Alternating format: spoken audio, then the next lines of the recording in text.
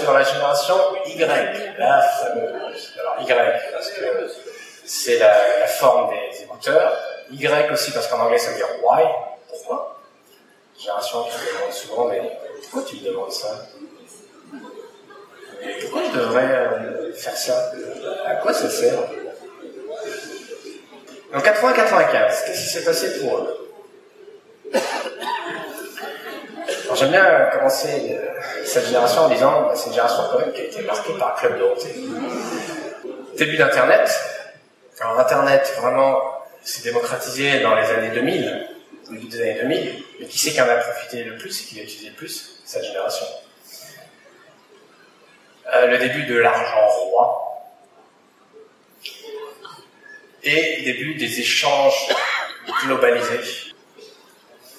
Donc là, vous avez l'ensemble des générations que je viens de vous présenter avec le mot-clé qui rassemble une tendance. Donc ça ne veut pas dire que c'est la vérité, ça ne veut pas dire que tout le monde dans cette génération pense ça, mais c'est une tendance globale qui a été observée au niveau sociologique sur cette catégorie de population. Et on est passé d'une génération où c'était vraiment important, une génération ancienne où c'était vraiment important de servir, d'aller au travail, de travailler dur, et puis d'avoir la reconnaissance en retour, à des générations plus jeunes qui, elles, c'est plus tellement important de bosser. Enfin, moi, j'ai pas envie de bosser comme un taré pour faire quoi? Pour attendre 60 ans la retraite, enfin, plutôt 65 voire 70, suivant qui passera en 2017. Et puis, à 65 ans, non, j'ai envie de profiter de la vie avant. Forcément, le rapport au travail a changé. Ça peut ça peut avoir des frictions avec des dirigeants qui ont d'autres passages. Dès 2020, la génération la plus nombreuse sera la génération Y. Qu'est-ce que ça aura comme impact? C'est très simple, c'est que petit à petit, la culture Y va s'implanter et va devenir la norme dans les entreprises. Donc face à ça, l'entreprise a deux choix. Le premier choix, c'est de dire non, mon entreprise elle est comme ça, elle est structurée, on a toujours fait comme ça, on fait du chiffre, ça fonctionne bien, et puis c'est aux jeunes de s'adapter. Point. Ou alors, ok, de toute façon, l'évolution va arriver de gré ou de force, et bien je l'accompagne, cette transition. Je commence à former, je commence à essayer de rentrer en communication et voir quels sont les moyens de communication efficaces avec cette nouvelle génération pour pouvoir en tirer la quintessence. Et du coup, les nouvelles générations ont trois valeurs fortes qui ressortent, que je vais vous présenter. Ça ne veut pas dire que c'est les seules valeurs, mais c'est les trois valeurs qui prédominent. Et la première d'entre elles, c'est la liberté. La liberté de penser, liberté de m'exprimer, liberté de dire que je suis d'accord ou pas d'accord. Deuxième valeur, l'accomplissement. Donc je ne vis plus pour seulement amasser de l'argent ou seulement pour parce que c'est important de travailler, avoir la reconnaissance. Non, je vis pour m'accomplir parce que ça a du sens, pour grandir, pour devenir quelqu'un.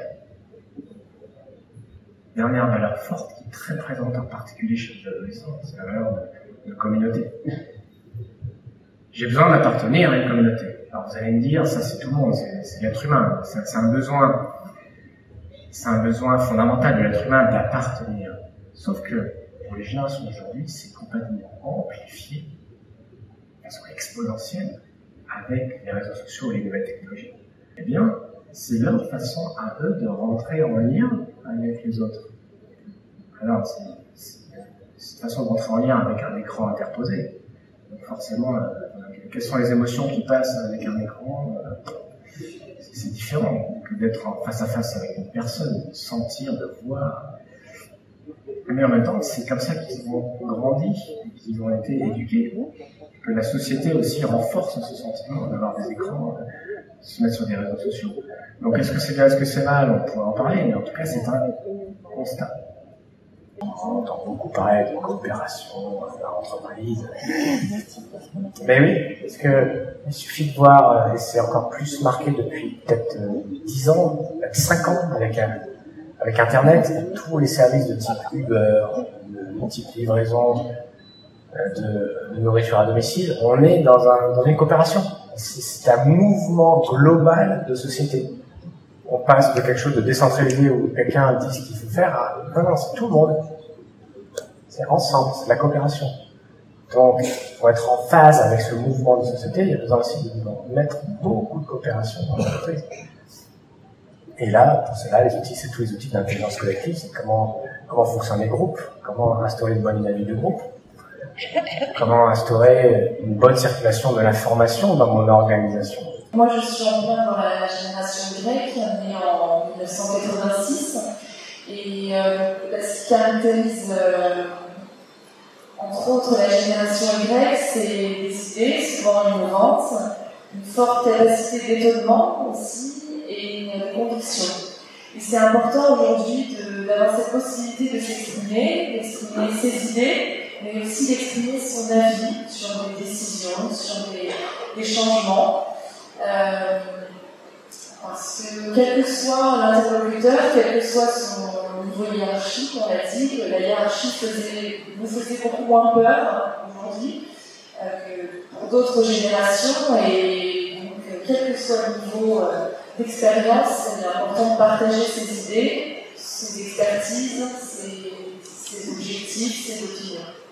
Chacun peut s'engager au Rotary et partager, faire évoluer, avoir un impact dans toutes les actions qui peuvent être entreprises par le Rotary. Et ça apporte un vrai sens à sa vie, à sa vie personnelle et aussi professionnelle. Moi je suis totalement d'accord, dans le sens où voilà, la génération Y avec le Rotary, si on partage les mêmes valeurs, c'est tout simplement, ça permet un échange de connaissances, que ce soit nous avec notre génération internet, etc., et eux avec leurs petites actions qu'ils ont effectuées, etc.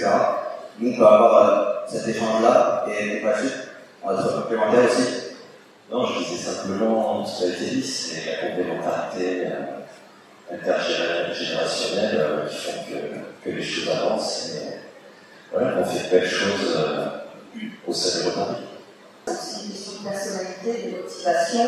Donc tous les jeunes, toute la génération Y n'ont pas forcément la même motivation pour intégrer un club Rotary. Donc c'est vrai que ça reste quand même complexe aussi pour que le club rotarien intègre la génération Y, et c'est aussi un véritable travail à ce niveau-là qu'il faut mener dans chacun du club. Donc cette année, nous recevons dans le district 26 jeunes qui vont vous présenter l'internationalité du programme, le mélange des cultures. Bien, gracias. Bonjour à tout le monde. Je suis Sophia Fonseca, je suis colombienne, je suis enchantée de la région de France. Et pour le moment, avant, je ne parlais pas français, mais je parle très bien. Je suis péruvienne, je m'appelle Luisa, je suis enchantée d'être ici. Et c'est très intéressant, c'est un bon job.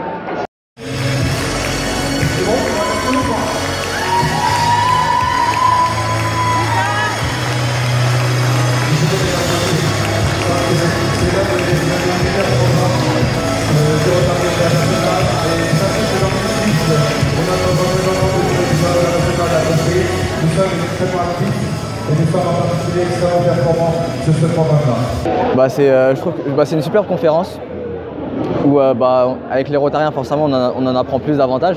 Sur la génération Y, où justement comment le Rotary, voir ce que pense le Rotary de nous justement et nous dire clairement ce qu'ils attendent de nous et nous comment on peut les aider à s'intégrer en fait dans le monde, on va dire 2.0, qui est notre monde à nous, de la génération Y. Dans le sens où voilà, aujourd'hui notre génération utilise vraiment tout ce qui est outils informatiques, médias, etc. Ce que les Rotariens n'utilisent pas vraiment ou ne savent pas vraiment utiliser.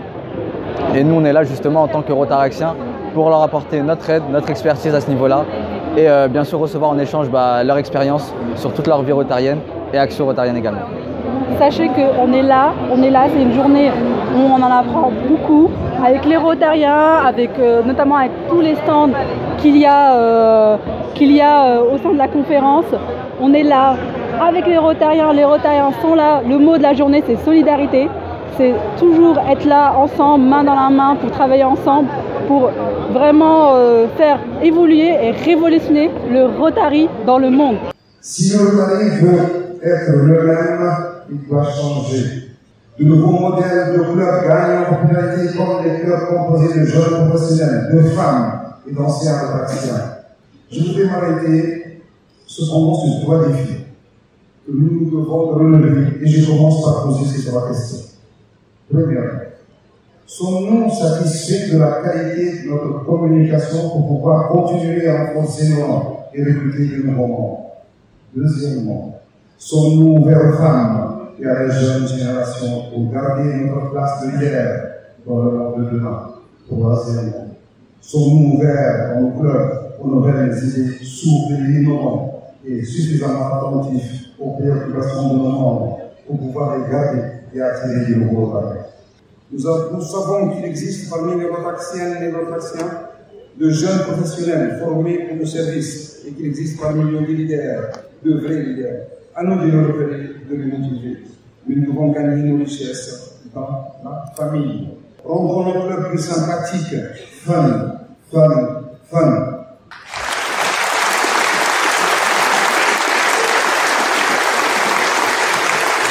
Merci.